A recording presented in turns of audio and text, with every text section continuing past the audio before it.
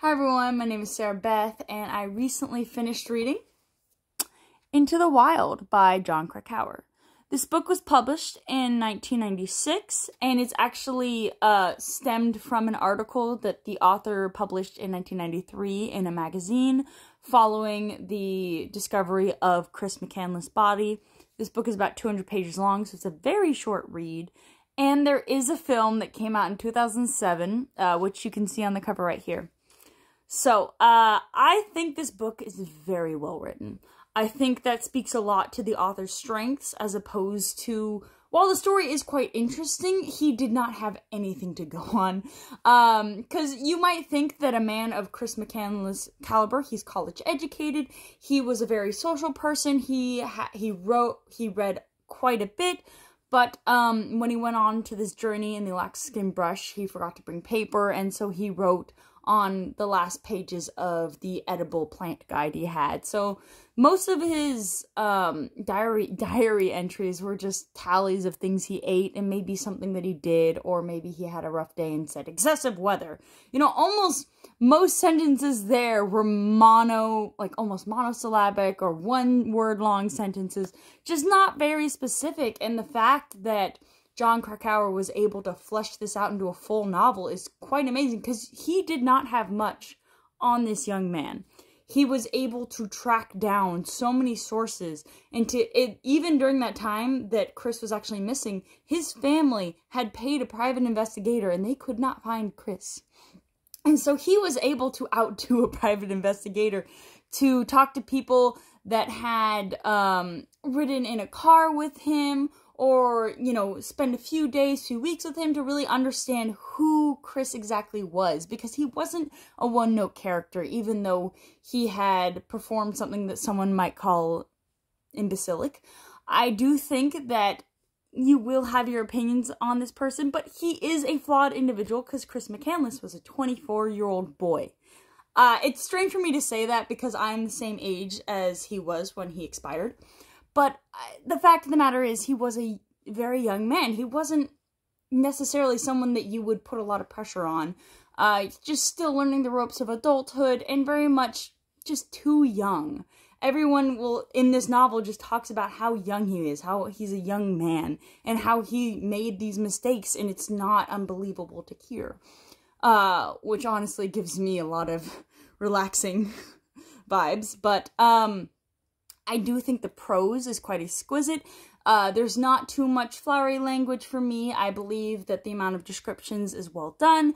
I think that the book is a good length. It's very short, and I actually appreciate what Jon Krakauer added to it. He added his mountaineering knowledge, because there's actually a 30-page section which does not follow Chris at all, but he adds his own insight because Jon Krakauer was a mountaineer. He was in that Alaskan wilderness. He did go on essentially death marches and put himself in danger and mortar coil just for the adventure, like the sense of adventure, you know, partaking on singular journeys by himself. I do think that if you just want to know about Chris, there's just not enough for those 30 pages to not exist, essentially. You also get to learn of other young men during different time periods, or maybe, you know, nearing Chris's time period, who had a similar sense of adventure and had almost similar mentalities to Chris, so you can kind of get a gauge on his psyche, because once again, we don't know. We were not there with him. And I just think that it's really interesting to see just the inner workings of this, what we can deduce from what we see from this story of Chris McCandless' mind. Because you have to remember, he's not a perfect person. And you can't judge him as such. You know, Chris McCandless was not a character in a book. He made mistakes. He was not perfect. I think that, unfortunately, this is not spoilers. You learn at the beginning of the book that he is expired. And, unfortunately, personally, I do believe that that was due to his arrogance. And I think that that is built up in the book, that the reason why he passed away is because of his arrogance. There were people that were begging to help him, saying, hey, I'll give you a plane ticket, or I'll drive you up here, let me buy you food, let me buy you Long Johns. And for instance, with the Long John, because he was going up to the Alaskan North, right? And he did not have the correct equipment. And he had burned his money and was living like a tramp for the past several years. So he didn't have anything. He didn't even have a car anymore. He abandoned his car in a desert. And so he just kind of shat upon the people that wanted to help him because they wanted him to live. They thought that his life was important. And he just spurned anybody that wanted to get close to him and anybody that wanted to care for him, his parents included. And while I understand why he was upset about certain things and why he had that pride to go alone, he should have prepared himself more. He wasn't exactly going into the brush without modern technology, and yet after he had used the map, he decided to burn the map. Maps aren't new technology. That's just stupid, because if he still had that map, he could have lived. There were things on that map that would have showed him where he could have gone and how he could have lived.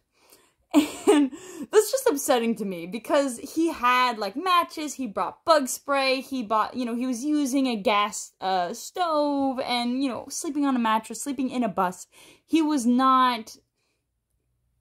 obviously roughing it, and he was, foraging for his own food and starving, but to turn down long johns and to turn down people that were trying to get you properly equipped, especially if you're going out there, that's upsetting. And I guess that just speaks to the arrogance of his age, because once again, he was very young. And I think that it definitely humanizes him as a character. What upsets me is, actually, I had a very good friend of mine who loved this story, loved the book, loved the movie. I, once again, hadn't known of it until I finally read the book. But they idolize this character. They want to do the same exact thing as Chris. And I've heard of a lot of other people that want to do the same thing as well, in which he didn't learn. And a lot of people, they are copying, but they're not learning from what Chris learned and what he endured. I do think that, to a degree, that's not safe, and people should be pulling the correct meaning from the books that they're reading. But I understand the ideals that Chris was preaching in the novel, and you understand them as well. I love that there are passages, you get to see the passages he highlighted at the beginning of a lot of chapters. At some points, I didn't like the passages added just because they weren't Chris's passages, and I didn't feel like they added anything. I liked it when it was Chris-specific, things that he had read, or things that he had personally worshipped. I liked that a lot more. But all in all, I think it's a recommendable read. I think that the story is very much in the cultural zeitgeist and, slightly important. Fun fact, this is actually my second nonfiction book of the year. And I enjoyed it. I don't typically read nonfiction, but I definitely enjoyed it. Also, when I was grabbing the book, somebody gave me a free Alaska bookmark, so I felt that I had to read it at that point.